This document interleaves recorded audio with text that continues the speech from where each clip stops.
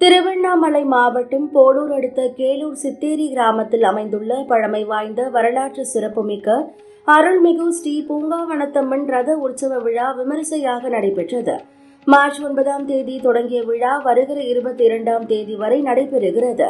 இந்நிலையில் இன்று பங்குனி 5ஆம் நாள் ரத உற்சவ தேர் திருவிழாவில் அலங்கரிக்கப்பட்ட பூங்காவனத்தம்மன் தேரில் அமர்ந்து பக்தர்களுக்கு காட்சியளித்தார்.